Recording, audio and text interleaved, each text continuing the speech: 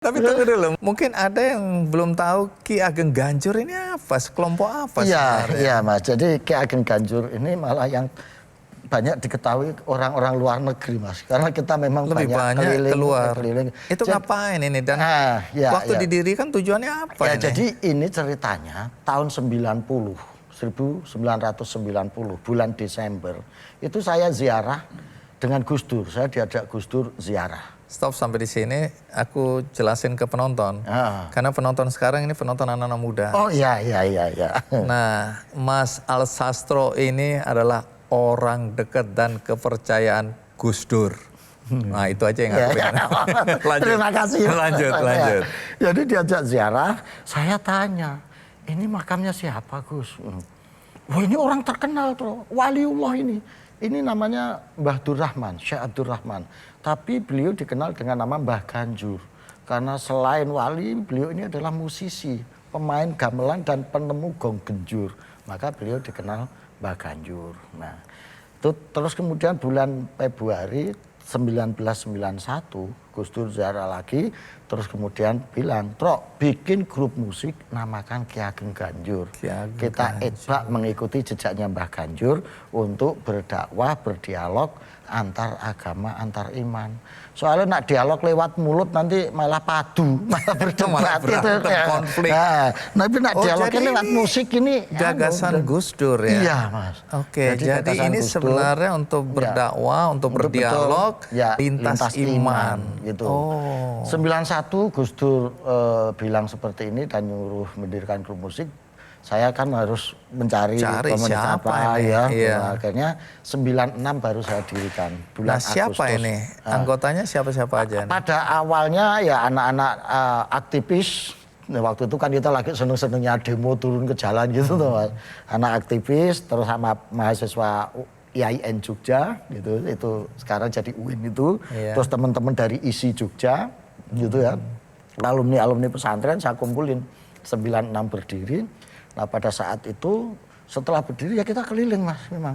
Ke pesantren, ke gereja, ke pura. Oh jadi sebenarnya misi utama adalah dialog lintas iman melalui musik. Iya, mediumnya musik.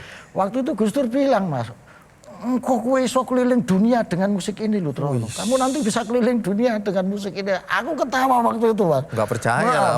Masa sih Gus kadare ngamen aja kok bisa keliling dunia gitu loh. Engkau buktekno wae. Gitu. Jadi memang kita mengeksplorasi seluruh nada-nada bunyi-bunyi musik yang bersumber dari spirit religiositas gitu ya. Baik yang timur, barat, tradisional, modern. Kita bikin dalam satu komposisi. Kita mengeksplorasi syair-syair sufi, puji-pujian, terus teks-teks yang ada di agama-agama yang ada, agama Nasrani, Kristen, kita kelola, kita konstruk menjadi suatu komposisi musik maupun syair-syair gitu. 2009 kita pertama kali ke luar negeri Mas. Kita itu diundang kemana? Ke Qatar, ke Dubai, ke Abu Dhabi, langsung Timur Tengah Mas. Main di sana gitu. Begitu aku pamit ke Gus Dur, Gus, kita diundang ke luar negeri. Nah, bener kan itu. Engko orang yang neng kono trok, orang yang neng kono trok engko iso keliling dunia. Akhirnya, betul itu. Kita keliling sampai ke Jerman. Nah, sekarang udah berapa negara? Coba sebutin yang diingat lah. Ya, Jerman, Prancis, kemudian Belgia, Belanda itu sudah beberapa kali, Aljazair, Hong Kong, Dubai, Abu Dhabi, Saudi Arabia, tahun lalu kita ke Saudi, ke Turki, kita ke Qatar. Udahlah, dan kita berkolaborasi dengan beberapa musisi dunia, ada dari Amerika, Mary McBride gitu, Inggris, Amerika. Kita kolaborasi. Ya memang gitu. Itulah tujuannya ya. Ya. Selain dialog lintas iman lintas budaya, lintas genre. Kemarin waktu ini sholawat budaya ini sebenarnya Iya Mas. Jadi itulah jembatan kita berdialog.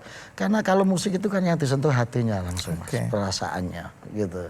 Kemarin waktu di Vatikan ya kita kolaborasi dengan para musisi dari Italia. Dari universitas yang ada di sana, kita kolaborasi di sana. Gitu. Ini sebenarnya misi besar Gus Dur juga ya. Iya.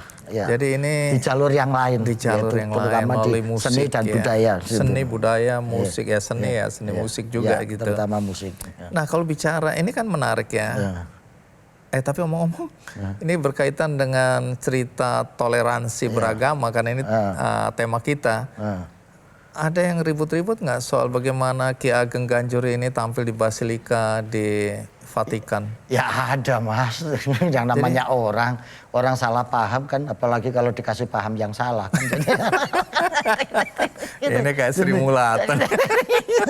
Jadi saya lihat di komen itu dia bilang, gimana? loh disuruh toleransi kok malah kolaborasi. Ya kan. Oke. Nah, saya bilang Ada itu ya? Ada. Ya saya bilang, loh kalau kolaborasi emang kenapa?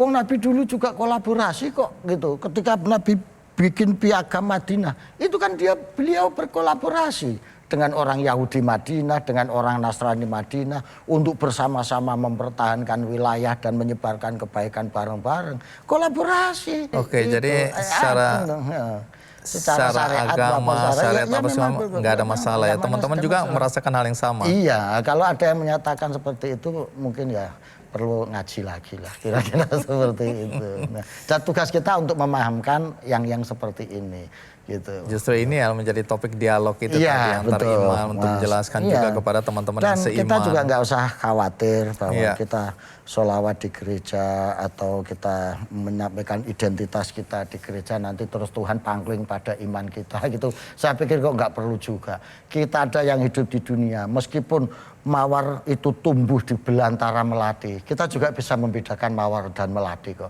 Apalagi Tuhan. Gitu sekalipun kita bersolawat atau mengekspresikan religius kita di tempat manapun, Tuhan tidak akan pernah pangling dengan iman seseorang. Itu aja kok repot. Udah kayak kiai juga nih ya. Mengandung Mas. Kan budayawan begitu Mas posisinya. Budayawan itu posisinya setingkat di atas orang gila, setingkat di bawah kiai. Baik, tapi kalau Anda kan sangat dekat dengan Gus Dur ya, bahkan dulu, terlalu dekat. Iya, jangan sekarang. Iya. Artinya kan memahami pemikiran-pemikiran Gus Dur mengenai hidup dalam keberagaman ya, dalam toleransi. Coba simpulkan pemikiran Gus Dur berkaitan dengan toleransi beragama. Ini tafsiran saya ya, pikiran saya. Gus Dur itu untuk kaitannya dengan toleransi beragama ini, itu kalau saya simpulkan pemikiran Gus Dur itu adalah bahwa toleransi, moderasi itu bukan merubah mawar untuk menjadi melati, merubah kenanga menjadi kamboja, tetapi membiarkan dan memperjuangkan agar mawar, kenanga, melati, kamboja bisa tumbuh dalam suatu taman sari supaya keharumannya dan keindahannya bisa dinikmati orang banyak. Itulah toleransi yang saya pahami dari Gus Dur. Baik, menarik. Nah, kalau ini mencoba melihat pandangan teman-teman yang mungkin berseberangan ya berkaitan dengan fanatisme. Kita kan harus fanatik pada keyakinan kita dong. Kita harus membela dan kita harus meyakinkan orang bahwa keyakinan kita lah yang paling benar. Itu kan iman ya. Nah, bagaimana Anda melihat soal fanatisme ini? Loh, fanatik harus toh Mas. Kalau nggak fanatik ya rusak tatanan gitu. Satu contoh begini, sampean tuh harus fanatik bahwa istrinya sampean tuh yang paling cantik. Setuju sekali. Ya setuju kan? Setuju. Sampean juga harus meyakini bahwa istri Anda yang paling top, paling benar, paling hebat. Nah kalau sampean nggak yakin gitu rusak tatanan. Gitu. Jadi itulah fanatisme. Bahwa kita harus meyakini bahwa istri kita yang paling cantik, paling benar, paling baik. Tapi dalam sisi yang lain, keyakinan ini jangan sampai menjadi benteng untuk orang lain punya keyakinan yang sama seperti itu.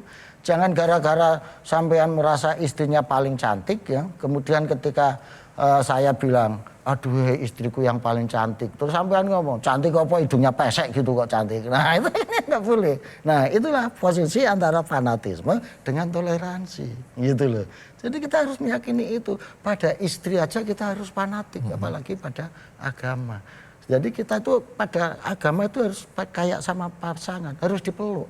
Makanya istilahnya pemeluk agama. Nah itu. Oke, jadi itu ya. Kita harus fanatik pada agama. Kita meyakini agama kita yang terbaik. Benar, tapi juga menghargai ketika ada orang bilang bahwa agamanya juga yang terbaik atau yang paling tepat untuk dia. Iya, gitu. Baik. menjaga, merawat keberagaman ini sebagai wujud dari spirit religiusitas kita, rasa syukur kita terhadap Allah Subhanahu wa Ta'ala.